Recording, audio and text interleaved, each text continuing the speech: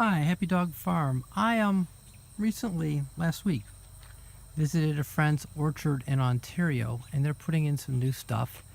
And their trellising system was markedly different, possibly driven by extremely stony ground. You couldn't. I don't think you could pound a post into it. You'd have to drill and drop. But what I saw kind of made me scratch my head, and I thought I'd share with you how I trellised. And I expect you all to flame me. Please provide constructive criticism. Don't just tell me I don't know what I'm doing. I do know what I'm doing. But there is you do it differently with what you can buy in the area. You know, we don't all have access to the same stuff, and you have to deal with your environment. You know, stony ground, sandy ground, heavy clay. You have to deal with that. For one, I don't have access to a post pounder. Lord, I wish I had access to a post pounder. I don't. There is one, a friend's family has one. That tractor works every day. They cannot afford to give up the tractor to lend it to me to pound posts. So cut me some slack. Okay, so first of all, you can see that there's a backstay system here. The first line post, there it is, and then the wires come off the back post and they're tied off to a backstay. The backstay's at an angle intentionally because you're trying to translate the horizontal force into a normal force, which is done by this earth anchor. Okay, so, and I just use pins. You could probably use a staple, but I was taught to use pins. And quite frankly, that's so if you need to get one of those wires off, you're not fighting with the staple. You can punch the pin through. You know, get a little slack in it, punch the pin through, lift the wire off. So it offers flexibility for future changes. Very importantly, this is 12.5 gauge high tensile steel.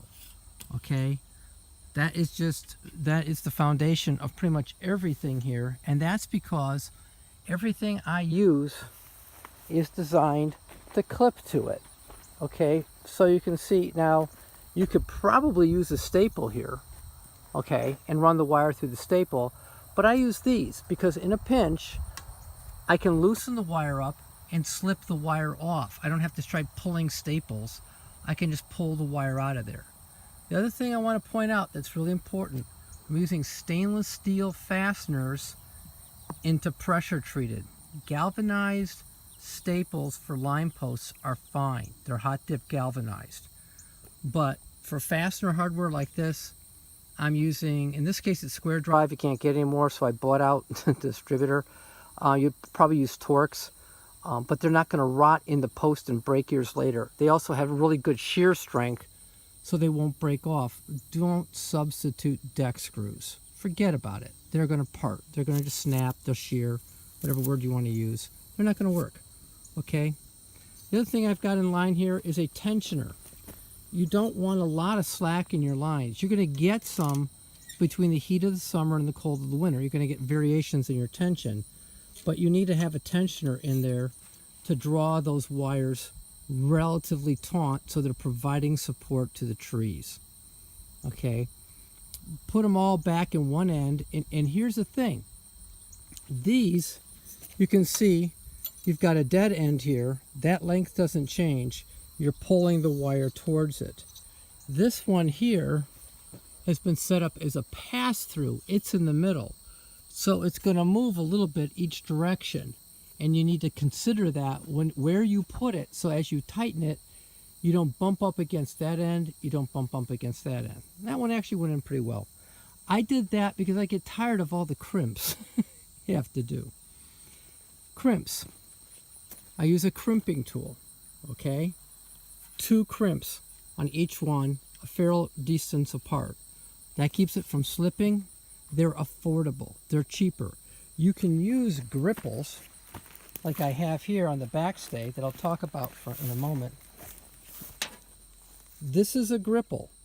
Gripples are very cool. They have a place, but I would never use them on a line unless I was making a repair. If it's already there, it's already there. But I wouldn't, except for this one spot, I wouldn't put them in the bite of a line. I would use them for making a mend where you have two lines coming together, and then you can use that to draw up the repair. This is 12.5 gauge galvanized high tensile steel. It comes in 4,000 foot spools. This is 11 gauge stainless steel. Now, I tried it on the cheap to use high tensile steel galvanized in the ground. Literally rotted off. It rotted off at the surface in 2 years. Wasted time. So don't bother wasting your time. Use high tensile steel. Use stainless steel wire. And it's available for this purpose. Don't use it anywhere else because it's a real waste of money. But this is where you use it. My anchors are, I've never seen an anchor like this before. I could definitely have used one of those auger anchors. They're kind of expensive. They're a pain in the butt to get down into this clay, especially with stone. Doesn't work well. What I used, I get mine, everything I get is from Kenco, almost exclusively. And these anchors, I call them duck bills. You're going to put a bite into this, a loop for you non-nautical people, and you're going to put 2 crimps on it, and it's going to get pounded in, and you have a special pounding post that is used to drive this into the ground. When you pull the post out and you put tension on it, this turns, and it's like you're tied to a rock or a log down there. They have tremendous holding strength once you get them set. I shoot for 2 feet of depth, okay, because when it rains and the ground gets soft, 1 foot, too shallow, they'll pull. But you go as deep as you can with these. They are not a trivial expense. These guys are, this model, this part here, this is a 68. This one's not bad. This one's $3 a piece. The 88s are $13 a piece. I don't have anything to drive an 88 anyway. But they work. They work very reliably for back pressure on my backstays. So what you have is you have a good anchor. You have a post to translate your horizontal force to normal vertical force down to the anchor. Something else I really want to point out, and I got it right on some of these and not so good, is you want to keep your angle of attack on that first post not too hard. See how this one goes down pretty sharp, but the trellis, the drip line support goes across. All right, I probably should have taken this one here and brought it up to here. I could have brought it up to here. It would not have come off of the clip, but then I wouldn't be trying to pull it around that and putting so much shear force on the post. The only advantage to this is I got a lot of downward pressure on that first post. I can't say it really needs it, but it's not going anywhere. So you'll see that this type of fitting right here, this is made for high tensile steel. I'll walk around and show you some of my other fittings. I got bags in here, okay? So right off the bat, this is that line post fitting. I hope you can see that pretty well. That's the line post fitting. I put a stainless steel screw through there with a square drive, but in your case it would be a Torx drive. Do not use Phillips head. Don't even go down that road. You don't need it for everywhere, but the one place I strongly recommend it is for your drip line. So I'm going to show you something on the drip line down there on the bottom. Because we have snow and ice and everything else here, and I'm fighting weeds a lot of the year, my drip line is 1 foot off the ground. Okay, that just, when you load it, when you fill it with water, it sags. When it drains, it rebounds back up again. I don't try to tension it so much that it doesn't sag. It doesn't add any value. It's just kind of a pain in the butt. But again, you see these little clips? They're made for orchard tubing. That's it. And they support the orchard tubing. Okay, and you can slide them up and down as necessary. The nice part about that they slide is as the orchard, oh, it's going to stay there.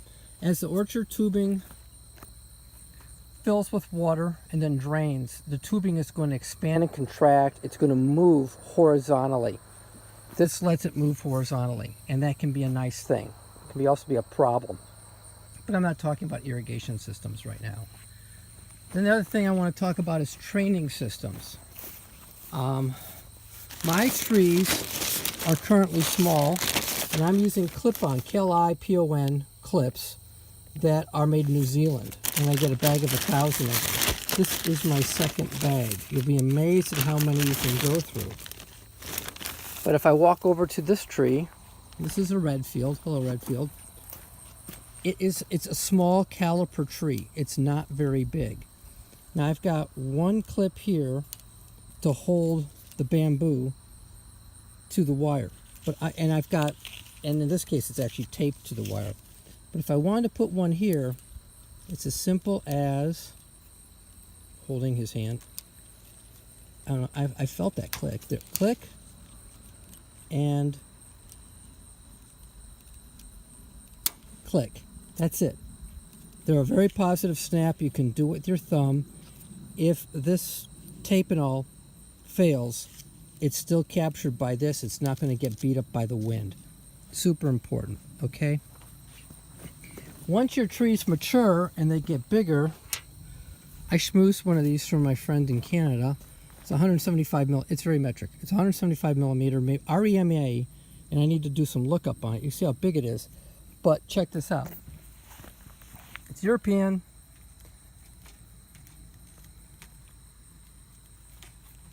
It's hard to do anything one-handed, but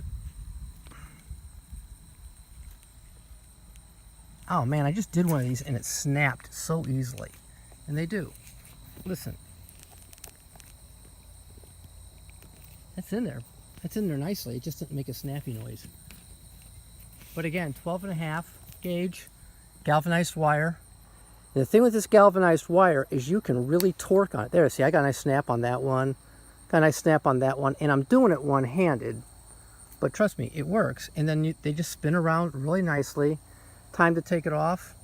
Pretty sure that'll work. Yeah, just rolls off.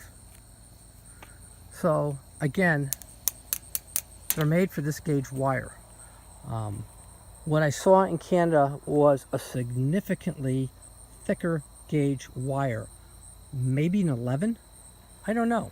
Maybe an 11. But these don't fit on it. In fact, I don't think any of these things that are made for trellising systems will fit on it. And that's really kind of important because you're buying a system of systems and you want it all to work. Speaking of a system of systems, on the tensioners, there are a lot of different handles that go on these tensioners. Once you select a style of tensioner, stay with it, because you'll have, I have what they call a universal tool here, and it's got the square drive on the end, so I can actually work a lot of different tensioners because I made mistakes in the beginning. But you want one tool, and see that has a spring in it. All right, you want one tool for your tensioners so that you only need one tool. You're not running around. I have 3 tools. The fence that I had contracted to put in, they use this tool. All right, and this tool fits their tensioners on my old fence. Great. That didn't work for me too well. I've got this thing. It does not have a spring on it to help with the ratcheting. I really prefer that other one that I spray painted yellow. This is as simple as they are. This is as simple as they need to be. A flapper spring, a flapper metal that just catches it, and then it rotates. Okay, it locks in place. You see how that's round, that's square? Lots of,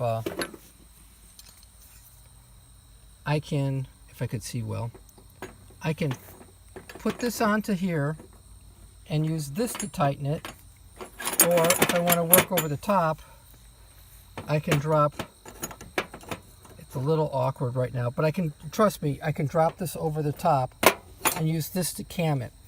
On these, I usually use the square drive. It just gives me more mechanical advantage. I like it. Here's another neat trick. See this one, it's got a spring in there to hold the flap. Not necessary. But there is a trick to it, no demonstration today, so that you can put a tensioner in line with a tension spring. That's kind of useful. And some of the other planting areas that I've put the tension springs in the middle. Sometimes I put it by the spring, the strainer. I'm finding that it's better to have all the strainers on the end.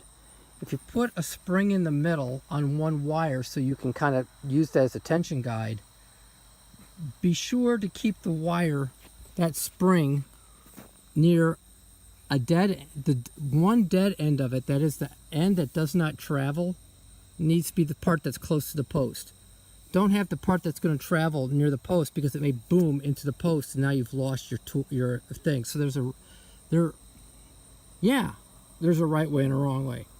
I've done them the wrong way and now I try to do them the right way. All right. Let me see if I can get my little hose clip. Hey, look at that. See, the hose clip came off pretty well. But again, these are made to fit on this size wire. So, of the tools I've got, a crimper for, I pay for those things. A crimper for putting the ferrules on. You know, you can buy the ferrules just in, they're called crimp sleeves. I get Kiwi. I don't know what's available elsewhere, but they work great, crimp sleeves, and these are made for 16 to 12.5 gauge. It won't fit that 10 gauge. You need a different crimp. But this has 4 jaws. The bottom one, which is called 3/4, is the one I use the most. But it can do much larger ones. This is a gripple tool that has a built-in torque setting. That comes in handy. There's a time and a place. When I do fence repair, like maybe I back into the fence and I cut a wire, could happen. I will go back to a tensioner. I will buy some space, you know, a few inches, and then I'll push the wires through the gripple. And mediums are what I use. I'll pass them through the gripple, and then I use this to pull the wire back together to tension, and I set the tension in the handle so I have a verifiable metric. I know I got it right. That's it. So, backstay, staggered. I have tried using H-frame backstays, depending on your soils, depending on whether you pounded the posts in or not. An H-frame backstay, I pull out the rear post. It just rocks over. It just rocks over and pulls the back post out of the ground. It doesn't work for me. I need to have an earth anchor to, I'm going to call it like a gin pull. It's translating the forces to be vertical rather than horizontal. And then it goes off to the line post. 12.5 gauge wire. All the things you would hang off of it are made for it. So that's it. I like my wires nice and tight. You get carried away and you literally will have thousands of pounds of pull translated back here to the backstay and you'll start pulling things apart. It just has to hold up the tree and it's not supporting the weight of the tree. These trees, I just stopped in town. I found a place where I get a good discount and I'm starting with my first 30 pieces of 1/2 inch EMT conduit, and I'm going to be using conduit. The conduit gets fastened to the wire. Again, it's got these little things you use to wrap around the wire, and I have a little tool for that. And that is vertical, resting on the ground. So the vertical weight of the tree and the wire in part is supported by each one of those posts, one for each tree. Okay, so the wire is if the wind is buffeting the trees back and forth, it's to minimize that so you're not snapping limbs. Okay, we don't need that. So you have to know how the trellis system works to understand all the parts in the trellis system. That's my experience. All right, flame on. But I wanted you to see what I've got here and why I've got it here. I'm of the opinion, because there's less weight of steel, these 4,000 foot spools of trellis wire, which is also high tensile fencing wire, are $100 American. That's really a pretty good deal by the foot. It's cheap enough that when I have to rip out a section and I've got wire all over the place, I don't try to recover it. I put it into scrap steel. It's just too difficult to try and recoil it again back onto a Jenny. It just doesn't work well for me. Again, you can see over here, I'll walk over and just grab one. This is what the opposite side of a line would look like. So, but you can see I've been trying to keep the angle of attack for those wires not too hard off of it. Again, that second one, I've been making the same mistake over and over again. It needs to go up. Here I used a few gripples, and honestly, it was a waste of money, but it's because I didn't plan ahead and I ran out of crimps. My bad.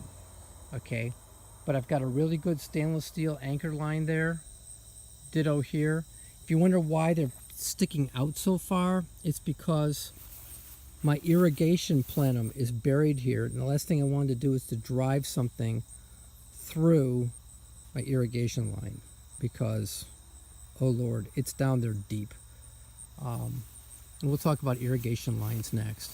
But you can see the lines do tend to sag, and I made some mistakes there, but I'll do another one on my drip irrigation system as you consider yours.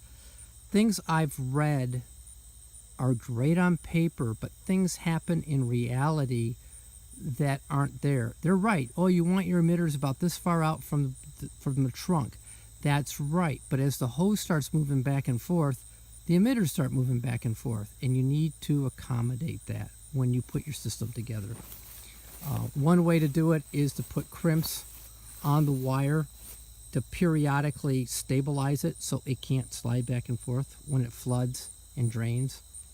So, and then last thing I'll show you here, when you do a drip irrigation system, by far, this is Toro brand jOrchard tubing. They got the blue stripe. It's their claim to fame. And I have a figure 8 stop. All it's done is the wire, it's folded over, hanging on the wire, and it crimps the hose shut. And you just leave it there. At the end of the season, when it's time for me to drain down, all of those get popped open. And first of all, I let all the water gravity drain out as much as possible. And then I put buku. I bring an air compressor into the orchard. I put it down at the pumping station. You can't see it. And I start pushing all the water out. That saves me on damaging drippers. The tubing can take freezes. The drippers can't. The same thing goes with the water valves. See, I said I wasn't going to talk about irrigation. I lied. This plastic right here can't take freezing. These valves can't take freezing. You absolutely have to push all the water out of them. Otherwise, you get freeze in there, you break them, and then you're spending part of your time doing that. You can see that these are crimped on with Oetker clamps, 2 stainless steel clamps per elbow. I have some slack in here to put more in. I don't wanna. So I use the Easy Lock system from trellis, I think is the name, but it all fits in with the Toro tubing. Anyway, I hope this is a little bit of clarification of a high tensile steel trellising system. The forces that are on it, you're translating them, what you use to fit the pieces together, what I use to support the wire on the line, what you use to set tension on the line.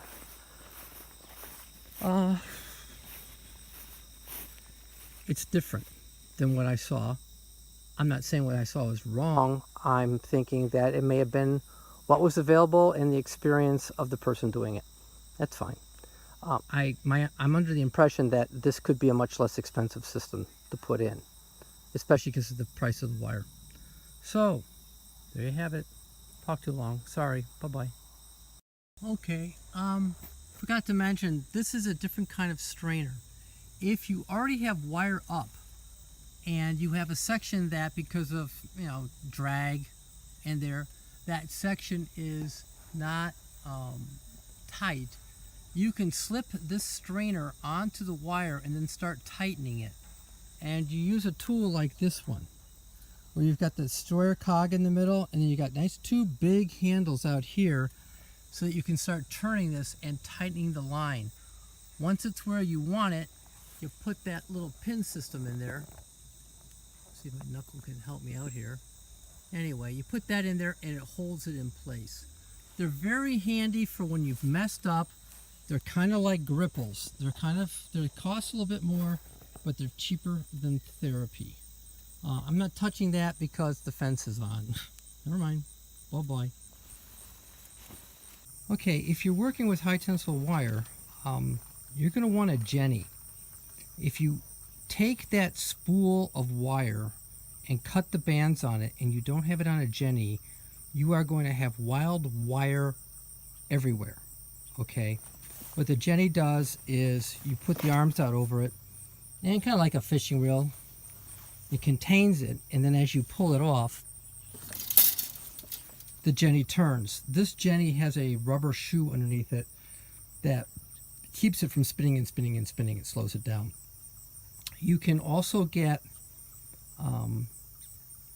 tractor attachments that will hold 4 spools at once. Now that would obviously make sense if you're doing a lot of fence line. You can't be going back and forth, so you would be paying out maybe 4, 5, 6 lines at once. Not my problem. I don't think a lot of people with trellises really need to do that. But this is an essential tool. You don't get the spool of wire unless you have access to a Jenny. And what I've done with this Jenny, when you got the spool and stuff on it, it's heavy. And I drilled a hole into the center run on a pallet, stood it off, and I put the rear forks of the tractor through there to pick it up and position it. Sometimes I pull off the Jenny, sometimes I anchor the wire and drive and let the Jenny unwind. One thing that's really important, you'll notice that I've got the Jenny offset to one side, and that allows these arms to spin without striking the back of the tractor. It's really kind of a mess. The other thing that's really important, that is up high enough that if it starts to wobble, it doesn't strike below, because what happens then is it stops and you start binding up the wire on the Jenny and it gets really bad. So typical spool has 4,000 feet of wire on it. You can get 1,000-foot spools. I have 2,000 sitting aside for future use. And then this, which might be about 1,000 feet. You need a Jenny, and there's good Jennies and there's bad Jennies. This is a mediocre Jenny. If I was going to do it over again, I'd buy a slightly better one. But I keep bending it and whatnot, and it's still working. So get yourself a Jenny if you're going to work with high tensile wire. That's all I'm saying.